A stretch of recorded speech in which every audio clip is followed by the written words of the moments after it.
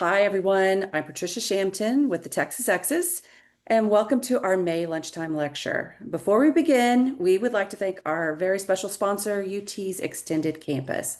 Extended Campus offers graduate programs, professional certificates, and skill-building courses to support your career goals, no matter what your next step is.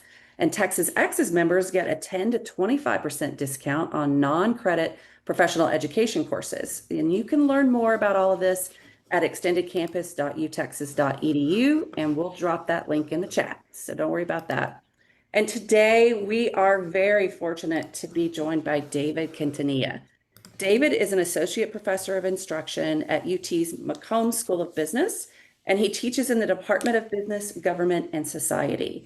He is also an adjunct professor of law at the UT School of Law, and Quintanilla holds an MS in philosophy and public policy from the London School of Economics, a law degree from St. Mary's University, and a BA in government right here from UT Austin. His lecture today is called Ethical Crossroads, What We Think We Know as Business Leaders. Please welcome Professor Quintanilla. Thank you so much, Patricia. I'm so excited to be here with all of you for so many reasons. Before I kind of get into this mock lecture, I do want to ask, and I get most of you are probably eating your lunch, but I do want to ask if it's possible for those of you that are out there right now to turn your cameras on. That would be awesome. Not required. I know a lot of these are generally, thank you, Jeff, thank you, Jayesh. I know normally it's kind of just sit back and watch and that's fine, but as we kind of go through some of these things, I may want to kind of chat with a couple of you a little bit to go through some of this. So if you're able to turn your camera on, awesome. I already have more than what we need. If you need to turn it off at any time, no worries at all. Thank you, Chuck and Preston and Thomas and Karen and Sarah. I appreciate it. So again, I'm David Quintanilla. As Patricia mentioned, I teach at the McCombs School of Business. I am also now teaching at the law school. I started teaching at the law school this semester, which was a lot of fun and very challenging. There's some very smart individuals. So I want to just tell you really quickly about myself, and then we'll move right into the fun stuff of ethics and business ethics. So as you heard, I have a degree from UT Austin. I have a law degree from St. Mary's and a master's from the London School of Economics. This slide is really important as it pertains to my classes and the things that I teach. This is my work experience.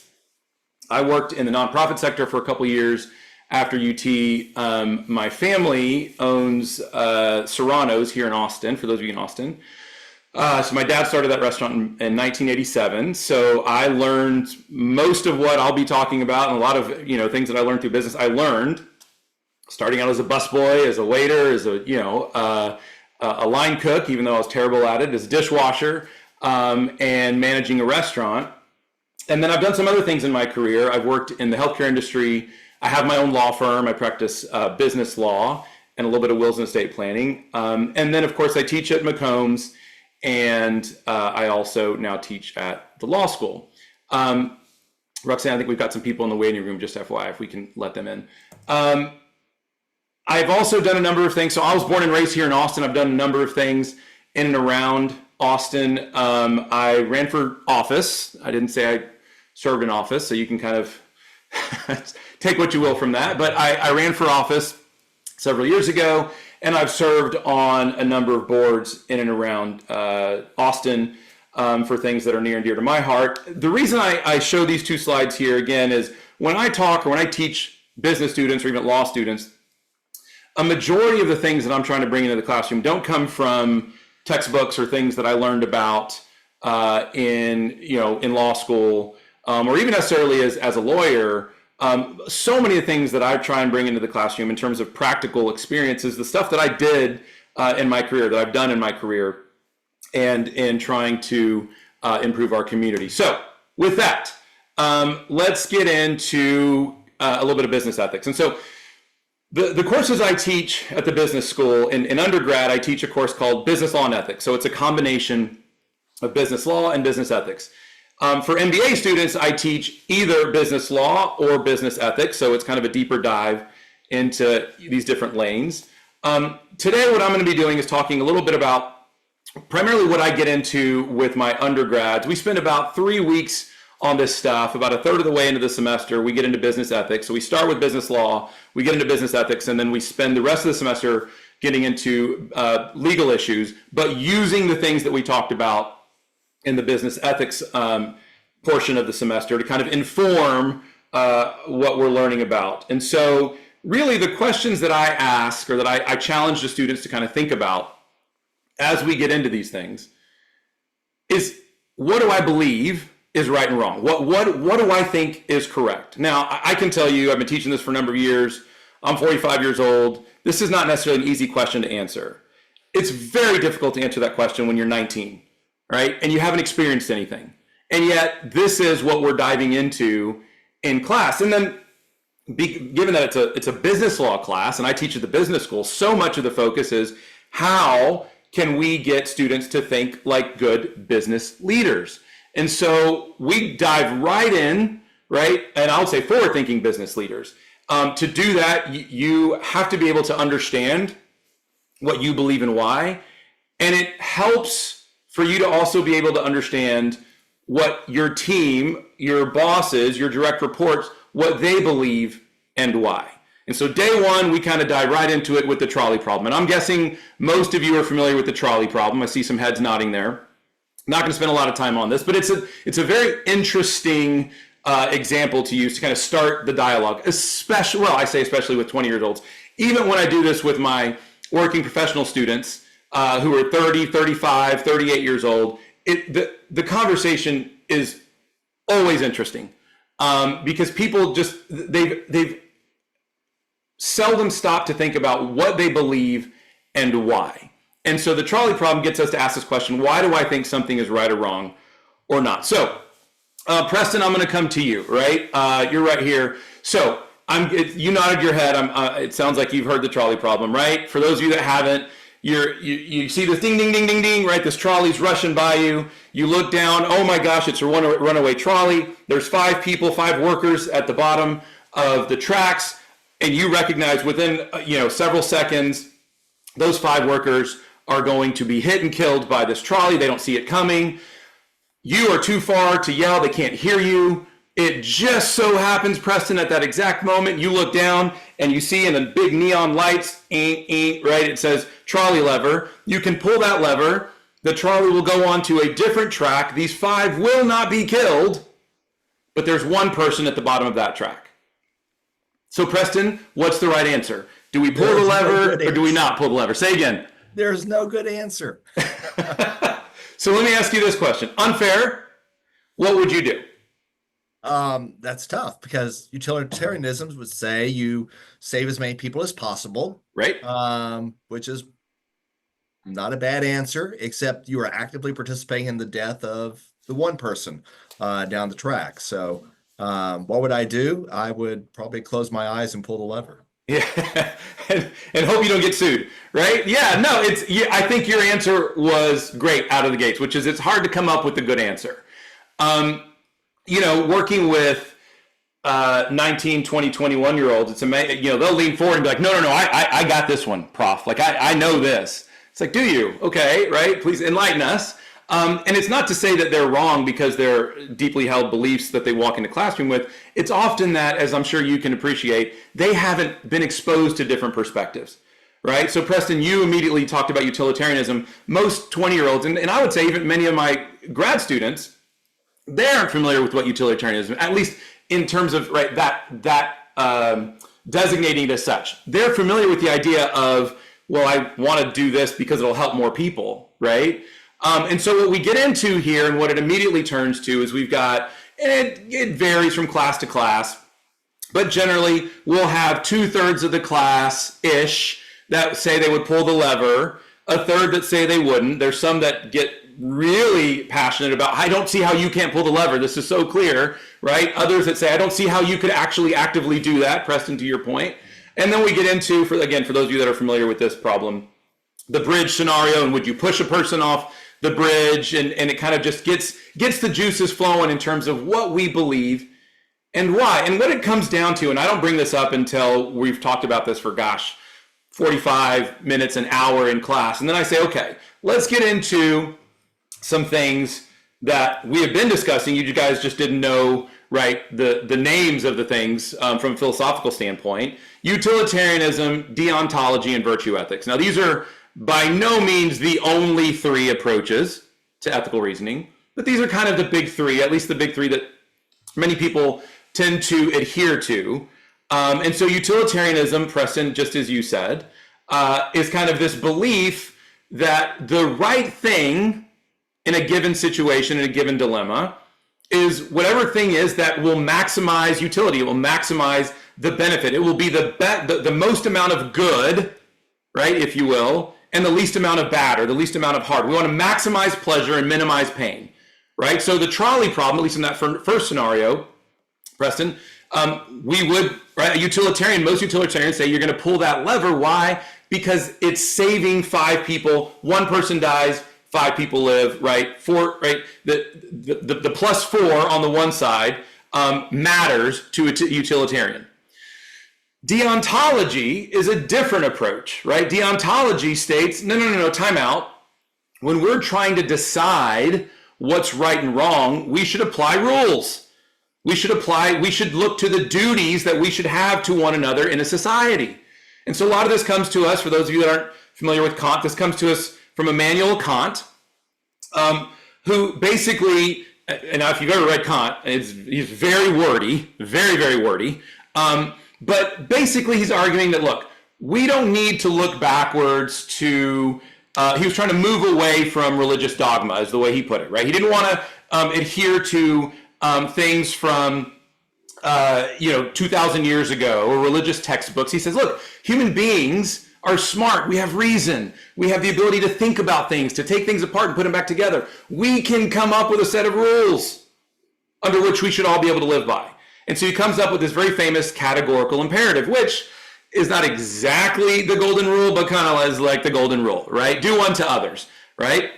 And so he's basically arguing or advocating this notion that we should be utilizing rules. And so if our rules say that you shouldn't take the life of another person, then you shouldn't take the life of another person. That's the rule that we're going to be following.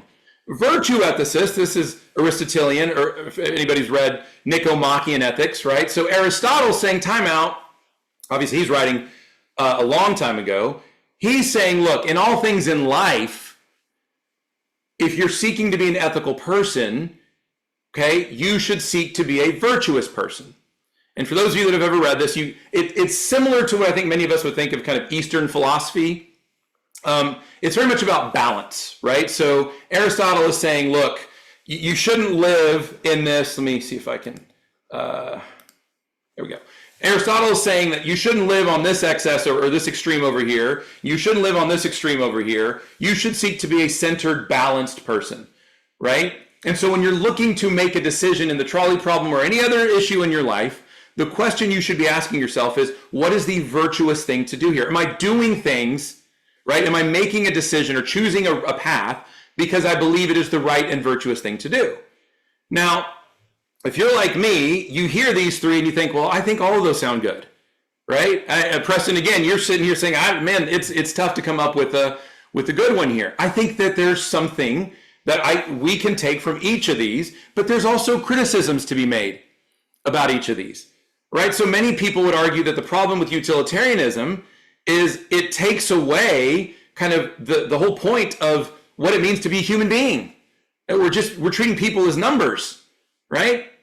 That we can come up with and justify actions that many of us would probably say, well, that is just downright cruel or evil or tyrannical or right, harmful. But if it benefits more than it's harming, then perhaps we should do it. Well, does that mean, right, if we were to ask a utilitarian, that we should harm an innocent child if it means that it's beneficial to 10,000 people? Right? I think a lot of people would have a problem with that. I would certainly have a problem with that. Right? And so utilitarianism, while I think it gives a lot of people a pathway to say, well, this is what I tend to believe is right, it also is open, like the other two, to criticisms. Deontology, Kant was very famous for saying that if we have a rule, the rule should be followed at all times. Lisa, can I ask you a question? Okay, all right, Lisa. Do you believe that we should tell the truth? Yes. Yeah, we should tell the truth. We shouldn't lie to people, correct? Yes. Okay, so let me ask you two questions, both unfair, but I'm going to ask them. All right, and the students love these. All right, so let's see. Today it's Tuesday. Let's say Friday night, my wife and I are going out on a date. Okay, I come home from work. I get home. It's 5:30. I walk inside. My wife's like, "Oh, I'm glad you're here. Okay, we can get going right now." I come around the corner and I see that she just got a new haircut. And the first thing that goes through my mind, Lisa, is, oof. What did she do? Right? And I'm like, "Hey, babe." And she's like, "Hey, I'm so excited about our date tonight. What do you think?" What should I say, Lisa? That's an interesting new look on you. It's an interest. This is the word interesting often comes up when we're discussing this. Should I tell her that I do not like her haircut? Well, so kind of pertaining to this, sometimes honesty is not always the best policy, even though that is something that is kind of a cliche that we have. So, depending on how your wife might react, you may want to be careful with what you say in the Lie. moment, and then just say, not lie, but say, it might take me some getting used to, but I'm trying to imagine you getting in this look or something like Yeah. that. Good. Okay. Yeah. I mean, I think, and I will tell you, I have a lot of people lean forward in class. They're like, no. There's one right answer here. You tell her she looks beautiful. That's it. You tell her she looks beautiful. That is the only answer that we have. But I think to your point, that's arguable, right? Others will say, well, look, what kind of relationship do you want to have? Do you want to have a relationship where you guys are honest with each other, right? Do you want to have a relationship where you can tell each other hard things? I think both have some merit. I want to ask you another question. I think I know the answer based on what you just told me right here. We started by you saying we should be honest. We shouldn't lie. You are watching TV tonight at your house. Somebody's bangs on the door at 10:30 at night. You run to the door. There's a young woman there. She's out of breath and she's like, "There's somebody. He's chasing me. Can I please come inside? He's got a knife." And you're like, "Oh my gosh, yes. Right? You open the door. She runs inside. She runs into a room back there. She slams the door. You're like, "Oh my gosh, what just happened?" You shut the door. You're kind of in shock for a second. 30 seconds later, okay, you open the door. There's a man with a knife, and he asks you, "Hey, did a young woman just run in here?" What are you going to say? I'm going to say no. You're going to lie, right? I'm going to lie, right? And this is where the problem with a lot of criticism or critics of deontology are going to say, when you have rules that are so rigid, it doesn't work in the real world. I think we can all agree that it's good to be honest, but at a situation like this, I'm with you, Lisa, I'm going to lie. Because, and first of all, what's the right answer is we shouldn't answer the door, right? But if we answer the door and the guy's there and he's got the knife, right, we got to say something. And Kant, I think, in many ways, people would say he tries to tie himself in pretzels here. Now, there's people that would defend Kant and would defend this notion of, well, you can still be honest, and right, it's still always better if us as society do these things. And I think those are disagreements or debates we should have. But in reality, in that situation, I'm going to lie. I think a virtue ethicist, right, is going to say, well, look, we've got it figured out. And yet, well, now we've got this slippery slope because, well, Lisa, you're trying to do the right thing. I think that's downright evil, right? I'm trying to do the right thing. And you think, well, what you're doing is downright evil. It doesn't give us a good foundation. And so the point here with each of these, and I know I kind of ran through this, is that I think they all have some really good and important things that we can take from them to learn how we can choose to live an ethical life. But I think it's hard to argue that any one of these is foolproof, right? And this is, I think, kind of when we get into this, the students get really frustrated because they want to know, well, yeah, but what's the right answer, right? Preston, is the right answer? They always say, like, well, what's the right answer? And it's like, well, what do you believe? Are you a deontologist? Are you a utilitarian? I can't tell you, right, which of those you are. Are you a virtue ethicist? And so we take that, we kind of take it apart, we put it back together, we speak for a while about some of the different approaches to deontology, virtue ethics, and utilitarianism. And then, right, after we have this conversation, we get into kind of some other nuts and bolts of why different groups of people think the way we do. how we kind of think, what we apply is in terms of right and wrong.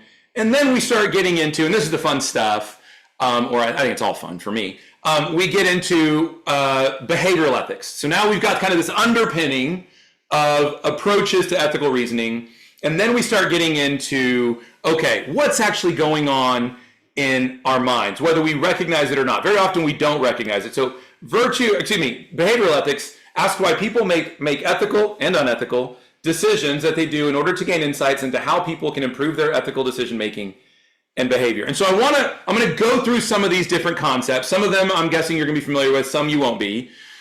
I want to preface all this by saying something that's very important. It's important for me to say this to 19, 20-year-olds. It's important for me to say this to 25-year-old future lawyers. It's important for me to say this to 30, 35-year-old MBA students. And it's important for me to say this to all of you, whether you're 30, whether you're 40, 50, 60, 70. It's important that you hear me say, and that we all understand, if you engage in the behaviors we're about to talk about, it doesn't make you a bad person. It makes you a human being, right? That's the point here. And it's important, especially for these, for the young students to hear, look, I am going to criticize some of the things that you do, some of the thinking that you do. I do it too. It doesn't make us bad. It makes us human beings. The key, the point is to be aware that this is happening, to be aware that these different things are going on in our brain very often without us even recognizing it, so that, again, we can try and improve our ethical decision making and our ethical behavior, right? So with that, let's talk about some things having to do with social and organizational pressures. And I don't know what your screen looks like, but I'll zoom in a little bit so you guys can see some of these, right? So the first one here is conformity bias. Now, Kalissa, am I saying that right? All right, Kalissa or Kalisa? I can unmute you.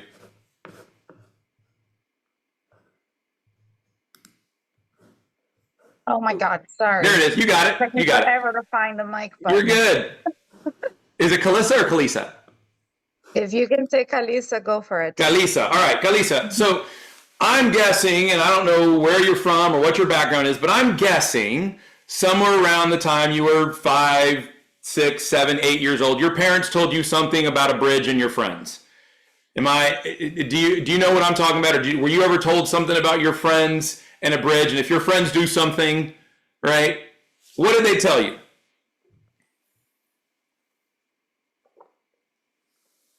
Just because people jump off the bridge doesn't mean you should.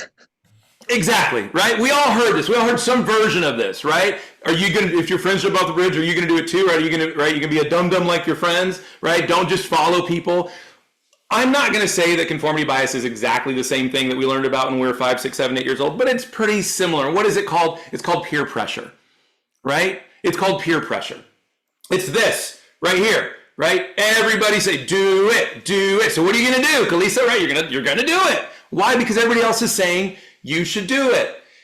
And the thing here is that all of us need to be aware that all of us are impacted by this. Every single one of us. It doesn't evade any of us. Now, some of us, right, are more likely to be impacted or more easily influenced by peer pressure than others, but it impacts all of us, right? In terms of the clothes we wear, the things that we do, the things that we say, right? And no more is this, or I should say, there's no time in our lives that this is more true, okay, than in middle school.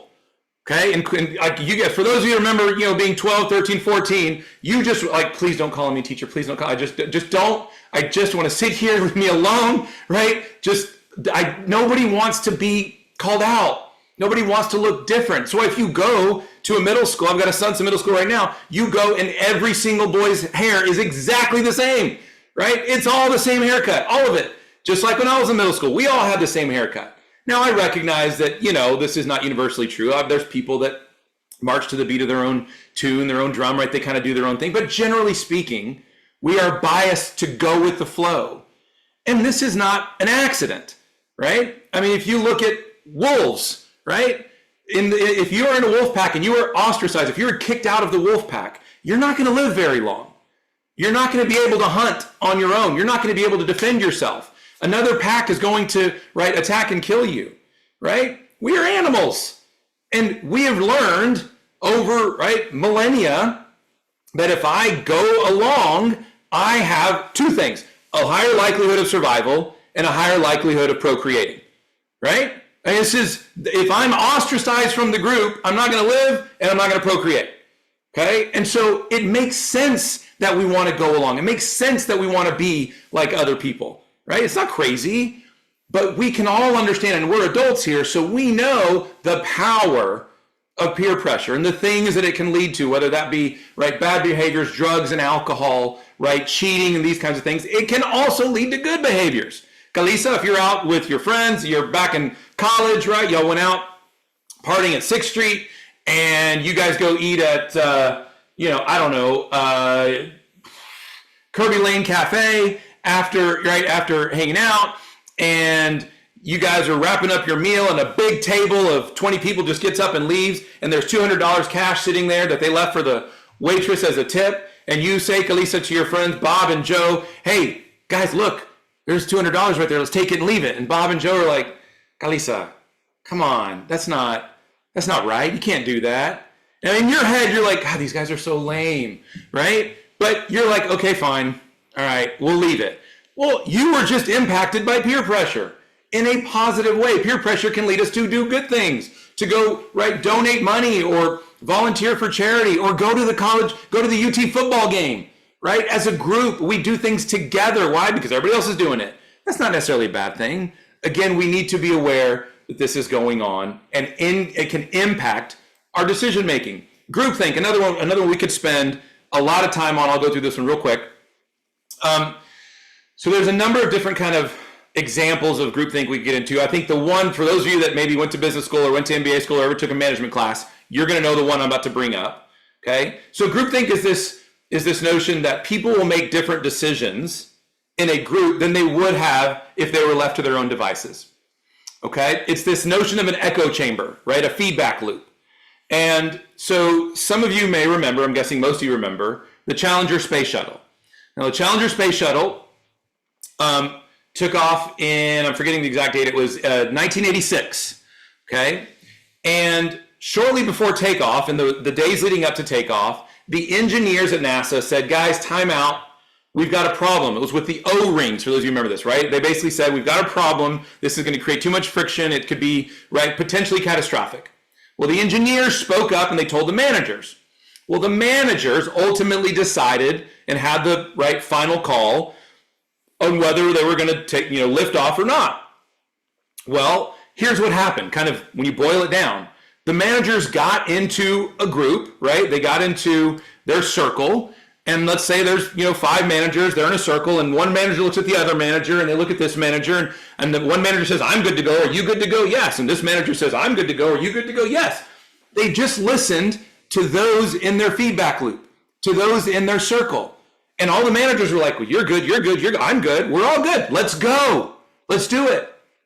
Well, again, I'm guessing you guys probably remember what happened. Unfortunately, about 2 minutes after takeoff, the engineers were right, and because of the problems with the O-rings, the Challenger Space Shuttle exploded.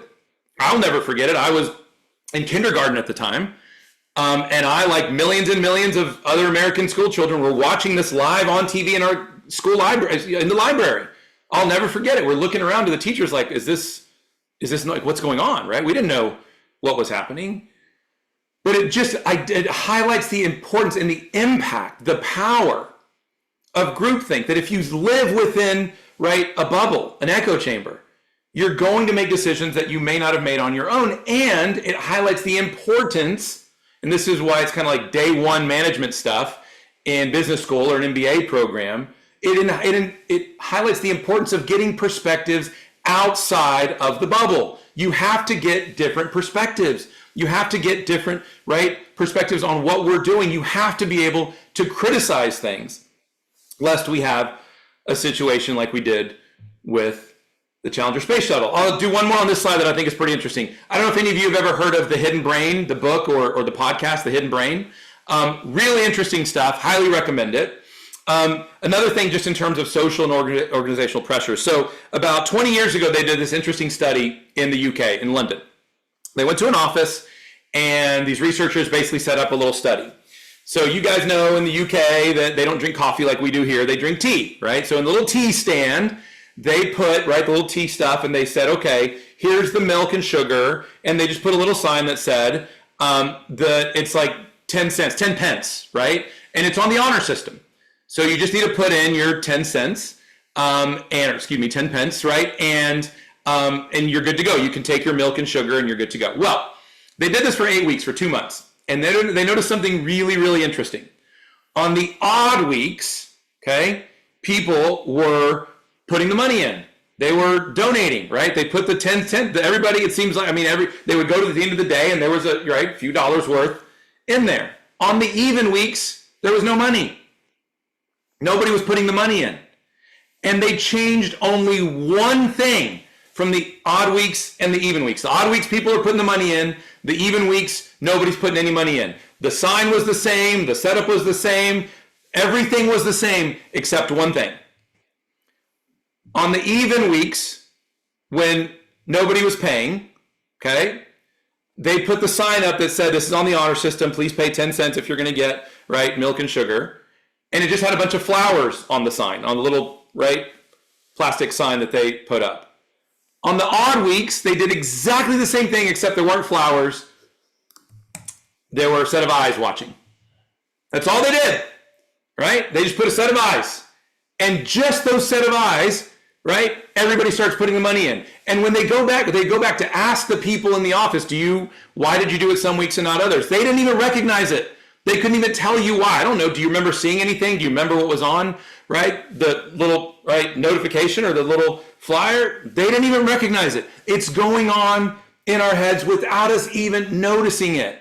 Again, I don't think that's a bad thing, but when we feel like somebody's watching us, whether we are cognizant of it or not, we often tend to make different decisions. Mindful of the time here, we'll go through just a couple of these, and then we'll see if we have some time for Q&A. So I've got some of these others, and I think these are all interesting to me. We can have fun with all of them. I've got cognitive dissonance, incrementalism, and self-serving bias, confirmation bias, and tangible versus abstract. Let's just do a couple of these. So Chuck, are you with me, Chuck Simons? Yes, sir. Yeah, all right. So let's talk about self-serving bias for just a second, Chuck. All right. So let's say that you're in sales, right? And you're up for a promotion, and you've been busting your tail, you've been working hard, and sure enough, you make your quota and you get that promotion. 6 months, hard work, you got it. Good for you, Chuck. Congratulations, right? Now tell me if this sounds like something that goes through your head, right? I worked hard, I put in the time, right? I studied, right, the clients, I studied the market, right? I did all the things I stuck to, right? I looked through all the training manuals. I did everything that I needed to do to be successful, and I was successful. I mean, you can give yourself a little pat on the back, right? I mean, that sounds reasonable, does it not? Yeah, all right, good. I think this is probably a voice that probably would go through a lot of our heads. Well, let me tweak this a little bit. 6 months goes by, you don't make the quota, you don't get the promotion, you go home that day, as you're driving home, you're like, you know what? This company sucks, right? My manager's terrible. They didn't give me really good training. The clients they gave me to work with they're just idiotic, right? The training materials are crap, right? I've been working with my brother. He's going through a breakup with his girlfriend, so I'm talking to him every night on the phone, trying to counsel him through this. I don't have time to do the studying, right? My car's been having trouble, and so a couple of days I couldn't even get into work, right? The company's crap. My boss is no good. The clients are no good. I got to take care of my brother. My car's breaking down. The reason I didn't get that bonus or make that quota and get the promotion is because of everybody except me, right? Chuck, does that maybe sound like something that would go through your head? It could. Yeah, it could, right? Yeah, exactly. There you go. We make excuses. And again, I want to circle back to what I said a few minutes ago. Chuck, if this goes through your head like it absolutely would in some ways through mine, it doesn't make us bad people. It makes us human beings. The key is to recognize what's going on here. Human beings are very quick to give ourselves credit when things go well. We love giving ourselves credit. When you get that promotion, Chuck, who earned it? Chuck Simmons did. Chuck all the way. Go Chuck. When things don't go well, man, it's the system, right? Just my luck. How many times has it gone through your head, right? Of course, this would happen to me, right? It's my boss, it's my company, it's the overall economy, it's the president, it's all these other things. It's not me, right? And I'm not saying that there isn't maybe some truth to that maybe there are some external factors impacting this. The point here is that we are so quick to blame others when things don't go well, and so quick to give ourselves credit when things do go well. Now, Chuck, you're nodding your head, right? And I appreciate it, because when I got a bunch of 20-year-olds here, they're like, yeah, I think other people are doing that. I'm like, you're doing it right now in class. You're like, I don't do that. Yes, you do. We as adults, I think, recognize this is something we do. It's human nature, right? Let me do one more here. Let's see. Let's talk about confirmation bias. So this is a big one right now. And this is this notion that human beings are wired in a way that we often screen information in a way that will confirm what we already believe, right? We will take in information or go looking for information in a way that confirms what we already believe. What's the counter side of that? We don't go looking for things that challenge what we believe, right? So if you're on social media, which I tell my students probably every class, if not every other class, right, at a minimum, get off of social media, right? Especially that they live on social media, right? Get off it. But if you're on social media, right, you ever notice, or even just looking at the news, right, that you'll be going through your news feed. Let's say, Karen Neely, that you are you are a climate change skeptic, right? You're not so sure that all this stuff that we're hearing about climate change is real. And so you got your news feed here, Karen, and you're scrolling, and here's an article, right? Ice caps melting at faster pace than ever. No, you just keep scrolling. You don't look at that one, right? New study comes out from American scientists showing, right, harm to multiple ecological areas in the southeast, right? And I don't want to look at that. You keep going. Here's another one, right? Asian scientist shows that, there's major melting in the Himalayas. I'm not going to go through that, right? And here's one: Norwegian scientist questions data on global ice caps melting. And you're like, click, boom, I knew it. It was there all along, right? You just went through 3 or 4 articles that challenged what you believe, but the moment you saw one that confirms what you believe, and I'm not here to tell you guys what you should believe on this stuff, obviously, but we do that. You will stop on the one that's like, I knew it. And what do you go post to your friends? The one that confirms what you believe.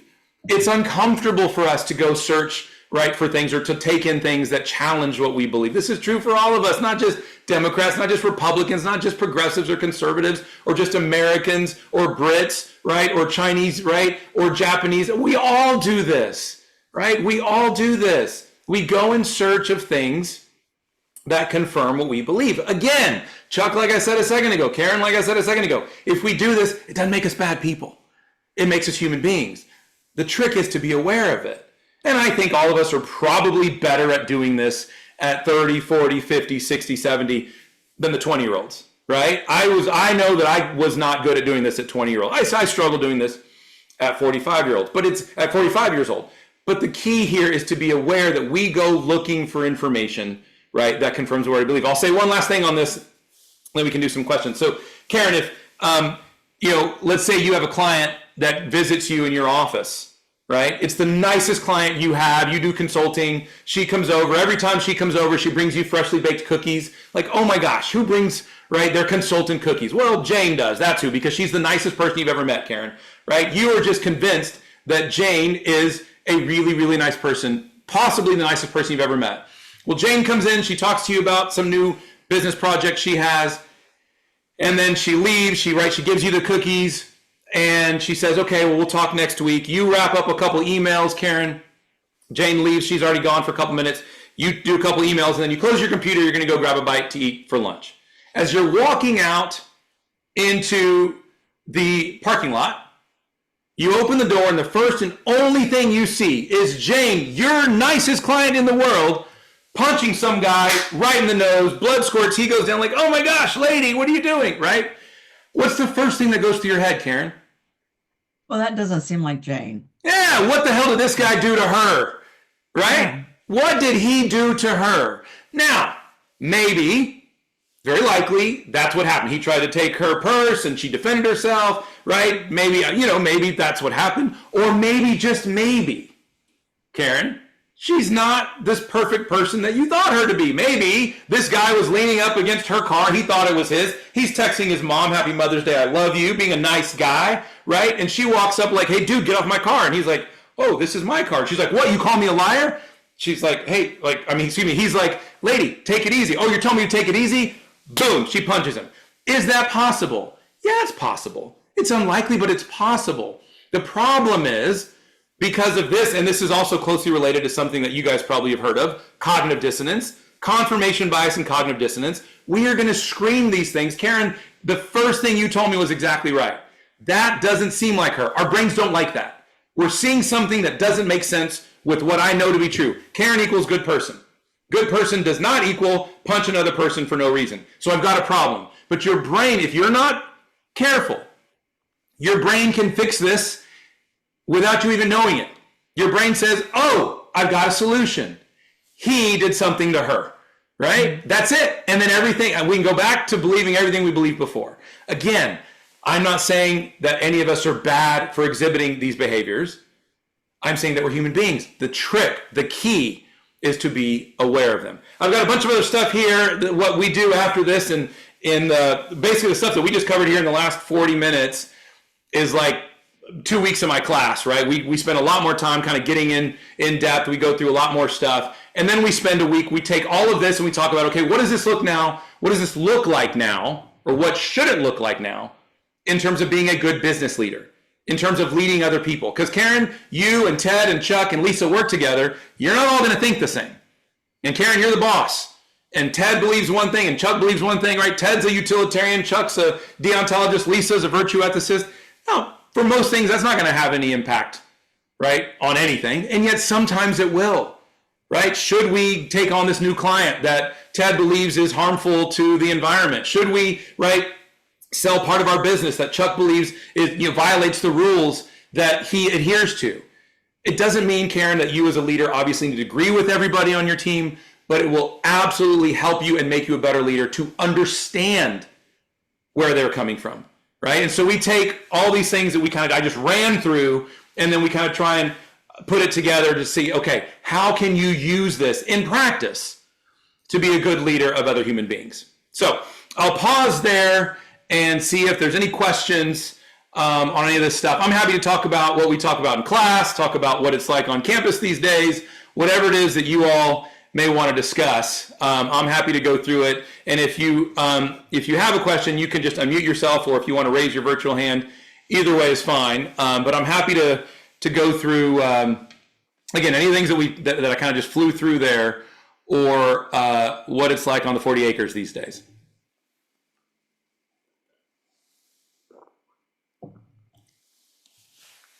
Kalisa, are you raising your hand, or you? Oh no, I was just saying. Oh, okay. Thank you so much. It was really great. Thank you. I mean, I wish it could be, much longer, of course. Thank you. Valerie? You saw the unmute. Hi. Yeah. Hi. Hi, I'm Valerie De La Rosa. I graduated a long time ago, but I also am an adjunct, but at NYU and Columbia, and I love your presence I've never taught virtually, but I would love to know one or two tips for teaching virtually. I might be doing something with Syracuse for a summer session. Awesome. I'd love a slide presentation, or I'd love to talk. Yeah, sure. Shoot me a message. I'm happy to go through it. So I use Prezi Video. That's how you see the stuff here. So I will tell you, Valerie, because I was teaching really large classes during COVID. I had a couple of sections of 180 each. Here was the expectation, and I don't say rule, I say the expectation. And this is for those of you that may have shown up a little bit late. I asked anybody that could to turn their camera on. The expectation in my online classes is that all the cameras are on. Now, that said, people may, I have students who have, little kids, if a student is breastfeeding, she wants to turn her camera off, by all means, right? If somebody, right, is, they don't have their own Wi-Fi, they're visiting somewhere else, or they're at a friend's house or whatever, nobody's required. And there's there's a whole bunch of other things that would just make it really right, either uncomfortable for somebody to turn their camera on, their camera's not working, but the expectation is that people show up ready. This is an online classroom, right? And so the way I have this set up, right, I'm looking at all of you, my slides are over here, but Valerie, I am looking at you guys. So if Lisa yawns, I'm gonna be like, Lisa, am I boring you, right? If JG sneezes, I'm gonna be like, bless you, JG, right? I am just like we're in a classroom. And the other thing is, and I will just say this, again, I know people kind of do different things with, given that it's a classroom, I tell my students, your camera's on, and this is our classroom. If we were in class and somebody called you, would you take the call? No, you're not going to take the call in the middle of class. So don't take it right now, right? If I see somebody on the phone, I'm like, hey, right, go turn your camera off for a second, do what you got to do, and then get back to it, right? Or the better answer, or the better thing is just, it can wait till after class, right? But this is our online classroom. I come off, candidly, early in the semester, kind of like a hard ass, because I know that if I can get people to buy into this classroom setting, it will benefit all of us. I don't ever pick on anybody, right? I make it fun, and they learn pretty quickly, like, oh, okay. But they do recognize the expectation is, all right, we're here, it's time to get to work. Cool. Thank you. Yeah. Hey, Samantha. Former student. Sorry, Margaret, were you asking something? Yes, I was going to ask a question. Go ahead. Do you give your students actual scenarios that they as a group have to now work through? And, Yes, ma'am. And then do they have to present and Yes. say what they learned, or I mean, I'm just curious. Yeah, no, it's a great question. Yeah, no, it's a great question. So yes, and yes. So there's multiple 2 to 3 written assignments that are usually like max 1 to 2 pages. Where this is, Samantha's like, that was more than that. But Samantha was one of my MBA students. They get more. So for most of my undergrad students, it's 1 to 2 pages where I'm giving them a prompt. It's something where it's going to be, there's a good argument here and there's a good argument here, right? It's not anything, I mean, there's a lot of nuance, okay? And I say, pick a side and tell me why, right? And advocate it, and feel free, and by all means criticize yourself. Well, there's only so much you can do in 2 to 3 pages. It's not a lot, but it just gets the juices flowing for people to say, this is what I believe and why. But we also do a group project. They do multiple group projects. One at the beginning of the semester, where they talk about the difference between stakeholder capitalism and shareholder capitalism, which is like what the focus of business should be. And then at the very end, they take one of these terms or concepts that we just went over. I give them like 4 or 5 to choose from. And I say, give me a presentation on it. I'd say 90% of them create a video. Margaret, these students are so creative and funny. It is absolutely one of my favorite things about being a professor is grading these projects as they come in. They have so much fun with them. And they'll do skits, they'll do sock puppet deals. They'll go out and bring friends in to kind of be actors and stuff. They have a lot of fun with it, but it's trying to communicate as a group what this concept means to them and how it impacts their lives. For the MBA students, Samantha could tell you that it's a much bigger, they do a 20-page paper. I basically say, you guys are consultants to a CEO, and I make up a hypothetical and say, okay, we've got these 3 or 4 really big ethical dilemmas, right? There's a claim of sexual harassment. There's a new company that wants to purchase our company that we're skeptical about. I give them, right, these really kind of heavy, if you will, ethical dilemmas, and say, now I'm the CEO, tell me what I should do. And so they've got to break that up into several pages of responses for that. But again, blown away by the talent and intelligence of these students. Well, I can see that the ethics is the more interesting part, but do you give them any background reading like Thinking Fast and Slow or other books like that? So they have one textbook. I do have both of those in my slides that I say for additional reading. We take basically kind of umbrella concepts from there and put it into our textbook. And frankly, do I think any of them are going during the semester and reading them? No. I think after the semester, a few of them do, but not during the semester. Yeah. Thank you. Uh-huh. We do have a question in the chat. Yeah. Are there ways you recommend to leaders when they are trying to point out confirmation bias or cognitive dissonance in discussion that will help kind of lead the discussion to a more positive outcome? Does that make sense? It does. It's a great question. I think so. And this is the lawyer in me. I always start with it depends. Right? It depends. I think first of all, there's a difference between having a group setting conversation, right? If this is again, Karen, you and your direct report, Ted, or if this is Karen, you and Ted and Chuck and Lisa and Kalisa and Rika, sorry. That's going to be, those are not the same thing. Right. And I think good leadership recognizes the difference of the group setting versus the one-on-one. I'm going to, it's a good question. I'm going to say this, it's a big cliche, but I do think it's important to note, and as this comes up in our discussions, whether it's in the MBA class or in the undergrad class, coming back now to Lisa, right? It is important to set a tone, and I'll actually bring the slide up. It's important to set up the tone of your company where people can get and give honest feedback, right? And so that doesn't happen overnight. That's not a one-time thing. That is a company culture, right? So this is some stuff that we get into, but this is just kind of leading to some of these things that we kind of get into here. This morals, like treating employees well. If I try and show up, right, or Karen tries to show up and tell Ted, this is why I think what you're doing is wrong, but Karen's been terrible to Ted for the last 3 months, it's not going to go over very well, right? This concept of moral spillover, right? And so, again, I can go in a number of different directions here. I think the main point I would get to here is creating a culture where it's comfortable and appreciated to get and give feedback. That's not always going to be positive. That's not always going to be you did the best job. I mean, and I think that's probably true of all of our meaningful relationships, right? Lisa, going back to the haircut, okay? Right? How do we want to engage with those that we care about? Did I see another question pop up? Yeah, Sorry, we've I'm got not. one from Preston. Okay. You briefly referred to the responsibility of a leader to shareholders versus stakeholders. What companies do you present to your students that are example of highly ethical business behavior? So I give examples, Preston, generally of specific examples of something a company did as opposed to a company being ethical. And I'll tell you why, right?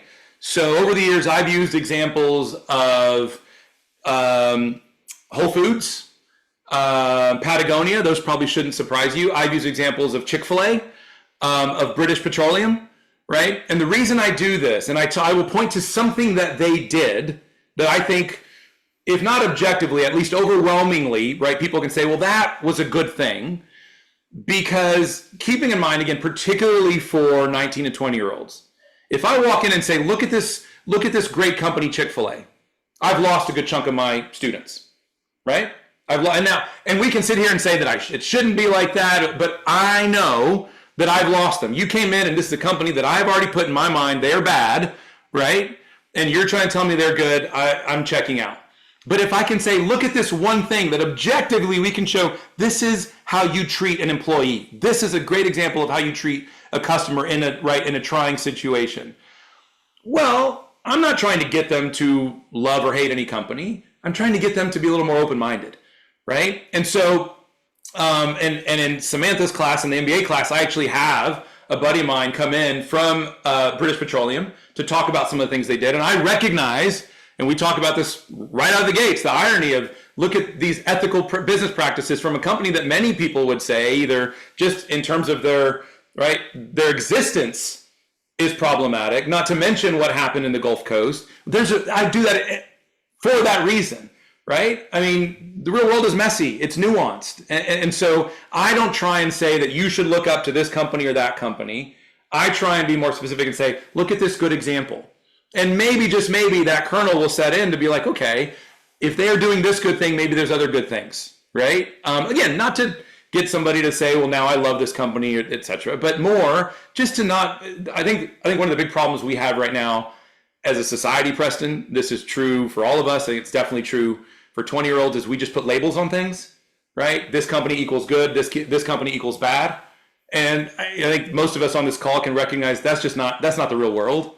The real world is nuanced, right? Human beings are not just good or bad, right? There's shades of gray in a lot of stuff. Good people do bad things, make mistakes. And I would say the same thing is true for companies. So it's a long-winded way of saying, I don't try and say you should be like this. I will from time to time say like, look, I like, right, the actions of this company. I'm always quick to say whenever I give my opinion, that's my opinion. You guys should hear from me and you should listen to people who disagree with me. I say that probably multiple times every class, right? You should hear me out.